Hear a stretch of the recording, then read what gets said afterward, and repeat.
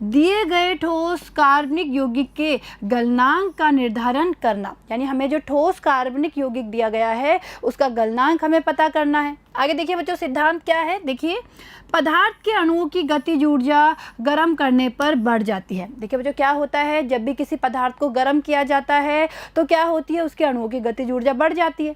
Clear है।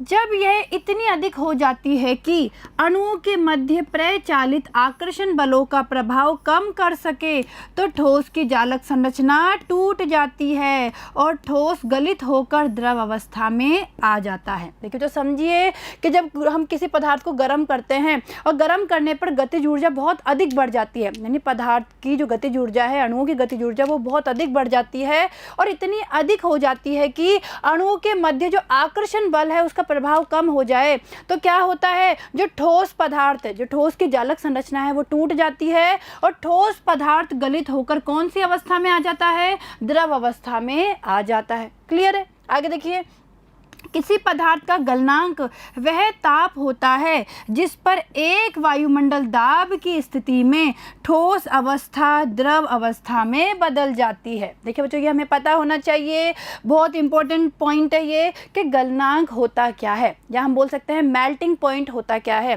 तो देखिए बच्चों, गलनांक वह ताप होता है, समझिए वह ताप होता है जिस पर एक वायुमंडलीय दाब पर या एक वायुमंडलीय दाब की स्थिति में कोई ठोस पदार्थ ठोस अवस्था से द्रव अवस्था में बदल जाता है, या हम बोल सकते हैं ठोस अवस्था से द्रव अवस्था में परिवर्तित हो जाता है। ठीक है, तो उस ताप को हम क्या बोलते हैं, गलनांक बोलते हैं। क्लियर है बच्चों। आगे देखिए, अब आवश्यक सामग्री देखिए, हमें क्या क्या सामग्री आवश्यक है। देखिए, थीले नली, थर्मामीटर, कैपिलरी, क्लैंप सहित लोहे का स्टैंड, द्रव पैराफिन और कार्बनिक यौगिक। देखिए जो कार्बनिक यौगिक वो होगा जिसका कि हमें क्या ज्ञात करना है, गलनांक ज्ञात करना है, और कार्बनिक यौगिक ठोस अवस्था में होगा। भाई ठोस पदार्थ तो द्रव अवस्था में बदलेगा, यानी कोई ठोस कार्बनिक यौगिक हमें दिया जाएगा जिसका गलनांक हमें पता करना है। आगे देखिए, अब देखिए प्रक्रिया, देखिए बच्चों स्टेप्स देखिए क्या क्या स्टेप्स होती है। देखिए, एक 8 सेंटीमीटर लंबी केशिका लेकर इसके एक सिरे को बुनसन ज्वाला में गर्म कर बंद कर देते हैं। देखिए तो समझिए हम क्या करते हैं, एक इसमें केशिका नली 8 सेंटीमीटर लंबी केशिका नली लेते हैं जिसके एक सिरे को हम क्या करते हैं, बंद कर देते हैं। और कैसे बंद करते हैं, बुनसन बर्नर पर उसे गर्म करते हैं, घुमा घुमा के उसको गर्म करेंगे तो क्या होगा, उसका जो सिरा है, एक सिरा है वो बंद हो जाएगा। आगे देखिए, जिस पदार्थ का गलनांक निर्धारित करना है उसकी 100 मिलीग्राम मात्रा बारीक पीसकर केशिका में 1 सेंटीमीटर तक भर देते हैं। अब बच्चों समझिए यहाँ पर कि जिस ठोस पदार्थ का हमें गलनांक ज्ञात करना है तो सबसे पहले हम क्या करते हैं, उस ठोस पदार्थ को पीस लेते हैं, पाउडर फॉर्म में उसको कन्वर्ट कर लेते हैं बारीक चूर्ण में, और फिर केशिका में 1 सेंटीमीटर तक उसे भर देते हैं, यानी केशिका में इतना भरते हैं कि 1 सेंटीमीटर तक भर जाए। ठीक है, आगे ध्यान दीजिए, केशिका को बाहर से द्रव पैराफिन से भिगोकर बंद सिरा थर्मामीटर के बल्ब की ओर रखकर चिपका देते हैं। समझिए बच्चों इस पॉइंट को। अब क्या करते हैं, जो केशिका नली है, समझिए जो हमारी केशिका नली है जिसके एक सिरे को हमने बंद कर दिया और जिसमें हमने ठोस पदार्थ भरा है, तो उसको क्या करते हैं, उस केशिका को बाहर की तरफ से द्रव पैराफिन में भिगोते हैं और उसके बंद सिरे को थर्मामीटर के बल्ब की ओर रखकर चिपका देते हैं। ठीक है, आगे ध्यान दीजिए, इस दौरान केशिका का निचला भाग और थर्मामीटर का बल्ब एक बराबर स्तर पर रहना चाहिए। तो देखिए बच्चों यहाँ पे ये चीज़ हमें ध्यान में रखनी है कि केशिका का निचला भाग जो बंद भाग है केशिका का और जो थर्मामीटर का बल्ब वाला भाग है वो एक स्तर पे, बराबर स्तर पे होने चाहिए या एक स्तर पे रहने चाहिए। आगे देखिए, तापमापी को समझिए, अब जो थर्मामीटर है उसे तापमापी भी बोलते हैं, तो तापमापी को ऐसे रबर कॉर्क में स्थिर करते हैं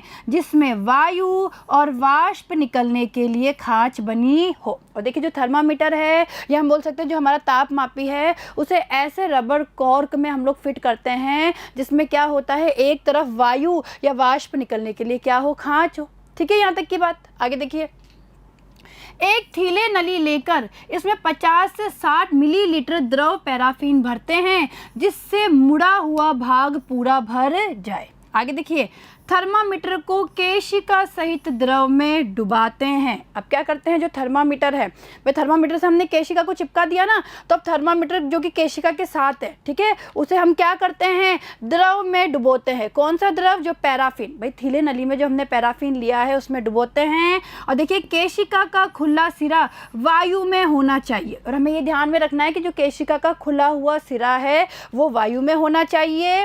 और तापमापी और केशिका नली को थीले नली की दीवारों को छूना नहीं चाहिए। और ये भी ध्यान रखना है कि तापमापी और जो केशिका नली है वो थीले नली की दीवार से टच नहीं होनी चाहिए, यानी थीले नली की दीवारों को छूना नहीं चाहिए।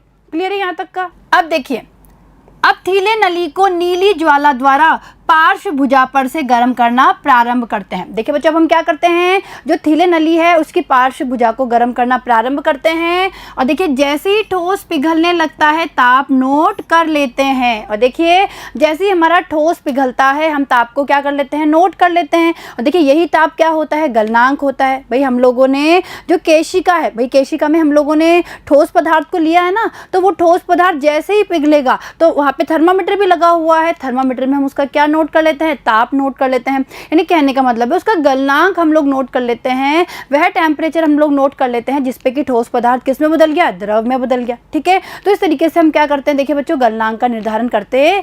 ठीक है, आई बात समझ में आपको ये? तो आगे देखिए, अब देखिए बच्चों, यहाँ पे इस डायग्राम से आप इसे और अच्छे से समझ लीजिए। देखिए, एक एक डायग्राम को हम समझते चलेंगे, डायग्राम से आपको ये चीज़ और क्लियर हो जाएगी किस तरीके से ये प्रक्रिया संपन्न होती है। और देखिए, उसके बाद हम लैब में चलेंगे और लैब में भी इस प्रक्रिया को हम समझेंगे। तो देखिए बच्चों, ध्यान दीजिए।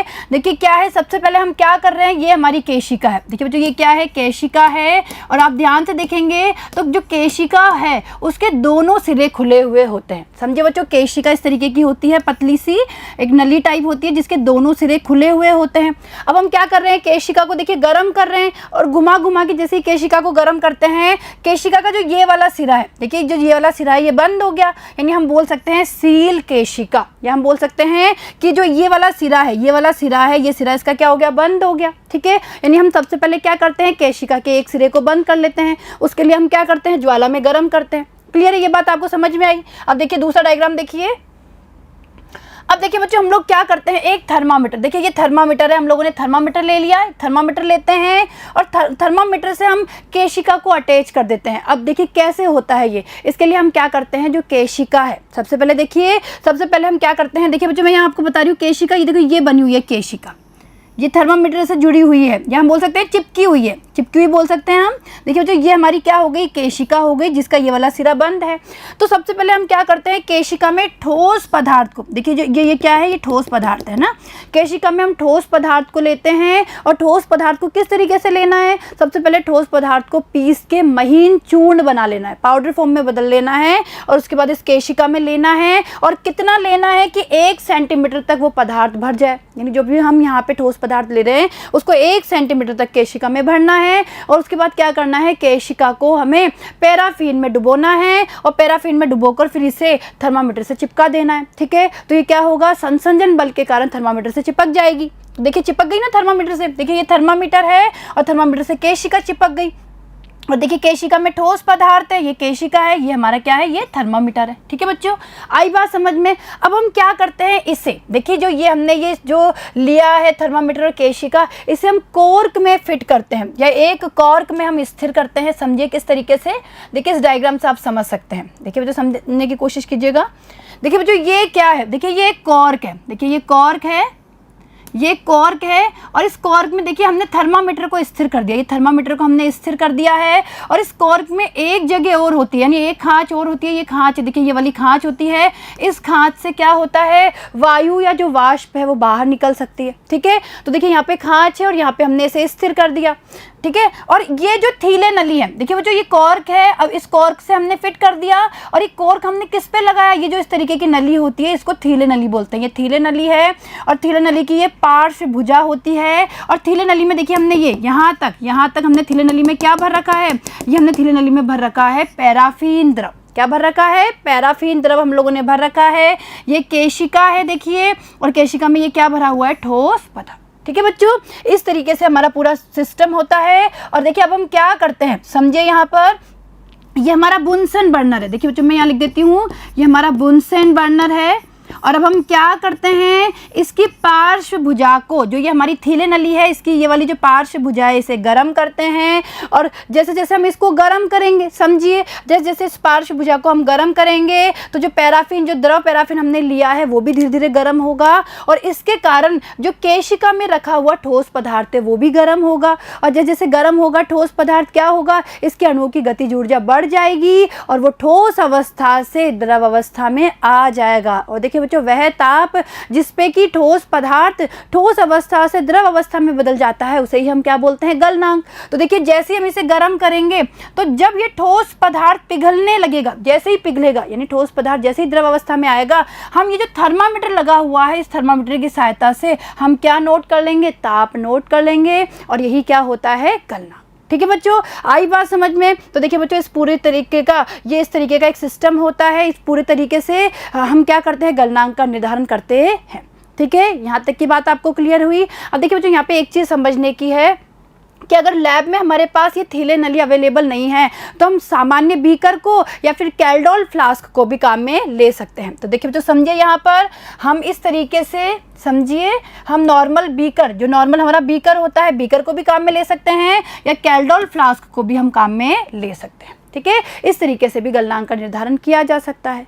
आई बात समझ में यहाँ तक की। आगे देखिए, अब देखिए परिणाम। देखिए बच्चों, परिणाम क्या निकल के आया, दिए गए पदार्थ का गलनांक डैश डैश डिग्री सेंटीग्रेड है। ठीक है, इस तरीके से हमने क्या निकाल लिया, दिए गए कार्बनिक ठोस पदार्थ का गलनांक हमने ज्ञात कर लिया। ठीक है बच्चों, आया समझ में यहाँ तक। आगे देखिए, अब देखिए सावधानियां क्या क्या रखनी चाहिए, समझिए। थर्मामीटर और केशिका का निचला सिरा एक ही स्तर पर रहना चाहिए। आगे देखिए, थीले नली को नीली ज्वाला द्वारा पार्श्व भुजा पर से गर्म करना चाहिए। केशिका की दीवारें बहुत मोटी नहीं होनी चाहिए। ठोस पदार्थ का पाउडर एक समान भरा होना चाहिए। तो देखिए बच्चों, ये हमारी कुछ सावधानियां हैं, यानी इस प्रयोग को करते समय कुछ सावधानियां हमें रखनी पड़ती है। और देखिए, एक सावधानी हमें और रखनी पड़ती है कि हमें बहुत ध्यानपूर्वक इस प्रयोग को देखना पड़ता है, यानी बहुत ध्यानपूर्वक नोटिस करना होता है। और जैसे ही ठोस पदार्थ द्रव में बदलता है तुरंत उस ताप को हमें नोट कर लेना पड़ता है। ठीक है, क्योंकि वही क्या होगा, गलनांक होगा। वही ताप क्या होगा, गलनांक होगा। ठीक है, आई बात समझ में आपको।